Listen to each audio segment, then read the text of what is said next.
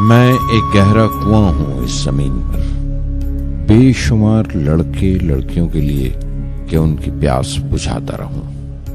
उसकी बेपनाह रहमत उसी तरह जर्रे जर्रे पर बरसती है जैसे कुआं सबकी प्यास बुझाता है। इतनी सी कहानी है मेरी, ज़ैनुल आबदीन और आशी अम्मा के बेटे की कहानी।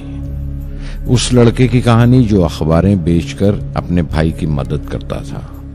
उस शागिर्द की कहानी जिसकी परवरिश शिव सुब्रमण्य आयर और अय्यादुराई सोलोमन ने की। उस विद्यार्थी की कहानी जिसे पंडले मास्टर ने तालीम दी, MGK मेनन और प्रोफेसर साराभाई ने इंजीनियर की पहचान दी, जो नाकामियों और मुश्किलों में पलकर साइंसदान बना। और उस रहनुमा की कहानी जिसके साथ चलने वाले बेशुमार काबिल और हुनरमंद लोगों की टीम थी।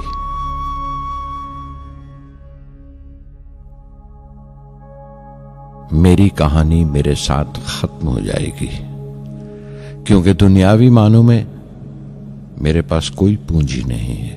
मैंने कुछ हासिल नहीं किया, जमा नहीं किया। मेरे पास कुछ नहीं और कोई नहीं, न बेटा, न बेटी, न परिवार। मैं दूसरों के लिए मिसाल नहीं बनना चाहता, लेकिन शायद कुछ पढ़ने वालों को प्रेरणा मिले कि अंतिम सुख रूह और आत्मा की तस्कीन है। खुदा की रहमत उनकी वरासत है। मेरे परदादा अबुल, मेरे दादा फकीर और मेरे वालिद ज़ैनुल आबदीन का खानदानी सिलसिला अब्दुल कलाम पर खत्म हो जाएगा, लेकिन खुदा की रहमत कभी खत्म नहीं होगी, क्योंकि वो अमर है, लाफानी है। पूर्णमदः पूर्णमिदं पूर्णात् पूर्णमुदच्यते पूर्णस्य पूर्णमादाय पूर्णमेवावशिष्यते। ॐ पूर्णमदः पूर्णमिदं पूर्णात् पूर्णमुदच्यते पूर्णस्य पूर्णमादाय पूर्णमेवावशिष्यते। पूर्णमदः पूर्णमिदं पूर्णात् पूर्णमुदच्यते पूर्णस्य पूर्णमादाय पूर्णमेवावशिष्यते। पूर्णमदः पूर्णमिदं पूर्णात् पूर्णमुदच्यते पूर्णस्य पूर्णमादाय पूर्णमेवावशिष्यते।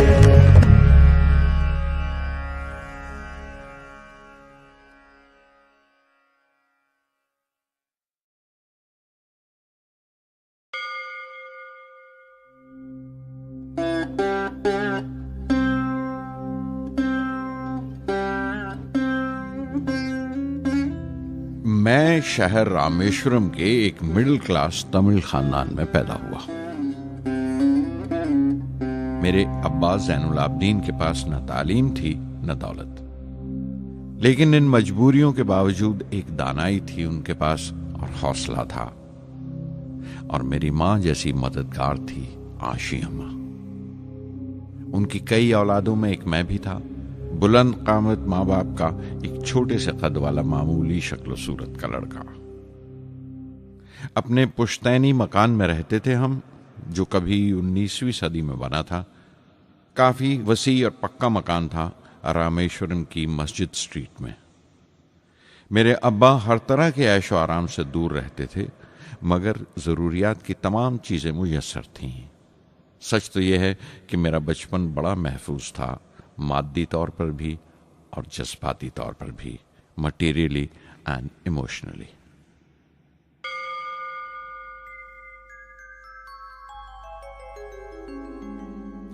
रामेश्वरम का मशहूर शिव मंदिर हमारे घर से सिर्फ 10 मिनट की दूरी पर था। हमारे इलाके में ज्यादा आबादी मुसलमानों की थी, फिर भी काफी हिंदू घराने थे जो बड़े इत्तेफाक से पड़ोस में रहते थे। हमारे इलाके में एक बड़ी पुरानी मस्जिद थी जहां मेरे अब्बा मुझे हर शाम नमाज पढ़ने के लिए ले जाया करते थे।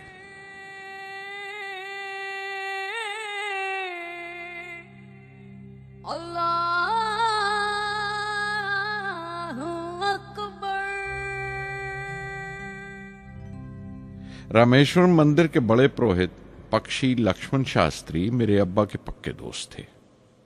मेरी बचपन की यादों में आंकी हुई एक याद ये भी थी कि अपने अपने रवायती लिबास में बैठे हुए वो दोनों कैसे रूहानी मसलों पर देर देर तक बातें करते रहते थे। मेरे अब्बा मुश्किल से मुश्किल रूहानी मामलों को भी तमिल की आम जबान में बयान कर लिया करते थे। एक बार मुझसे कहा था, जब आफत आए तो आफत की वजह समझने की कोशिश करो, मुश्किलें हमेशा खुद को परखने का मौका देती हैं।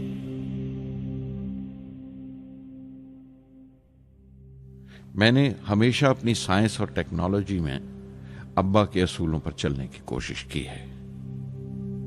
मैं इस बात पर यकीन रखता हूं कि हमसे ऊपर भी एक आला ताकत है, एक महान शक्ति है जो हमें मुसीबत, मायूसी और नाकामियों से निकालकर सच्चाई के मुकाम तक पहुंचाती है।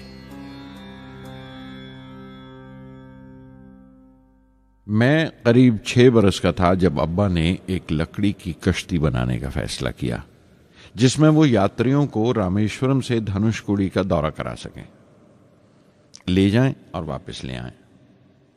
वो समंदर के साहिल पर लकड़ियां बिछाकर कश्ती का काम किया करते थे। एक और हमारे रिश्तेदार के साथ, अहमद जलालुद्दीन। बाद में उनका निकाह मेरी आपा जोहरा के साथ हुआ।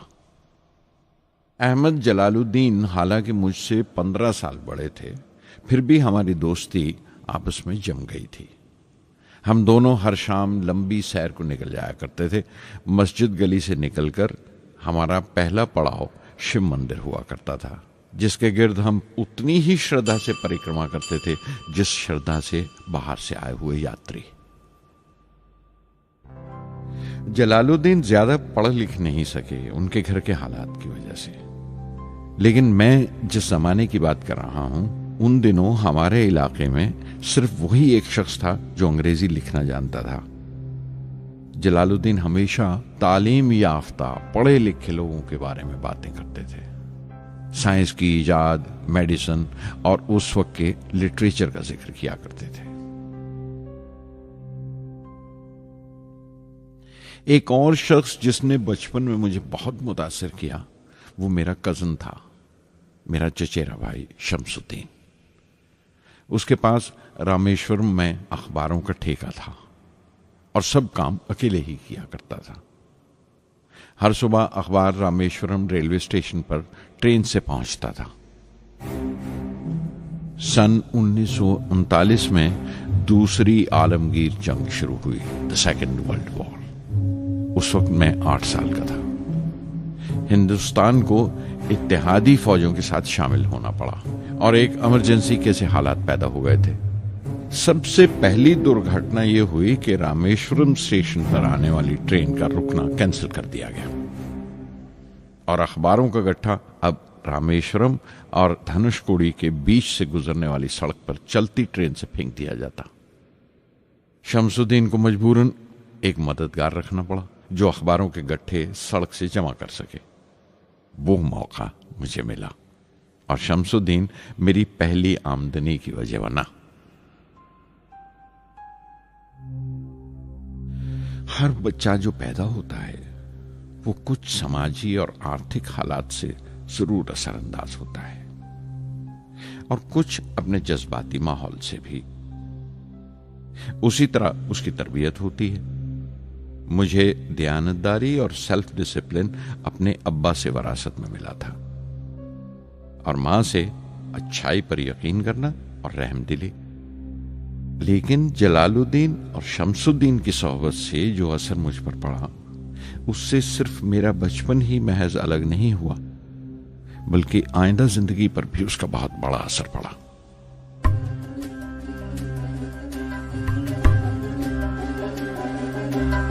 தந்தை மகற்கு ஆற்றும் நன்றி அபயத்து முந்தி இருப்பச்செயல் தந்தை மகற்கு ஆற்றும் நன்றி அபயத்து முந்தி இருப்பச்செயல் இருப்பச்செயல் மகன் தந்தைக்கு ஆற்றும்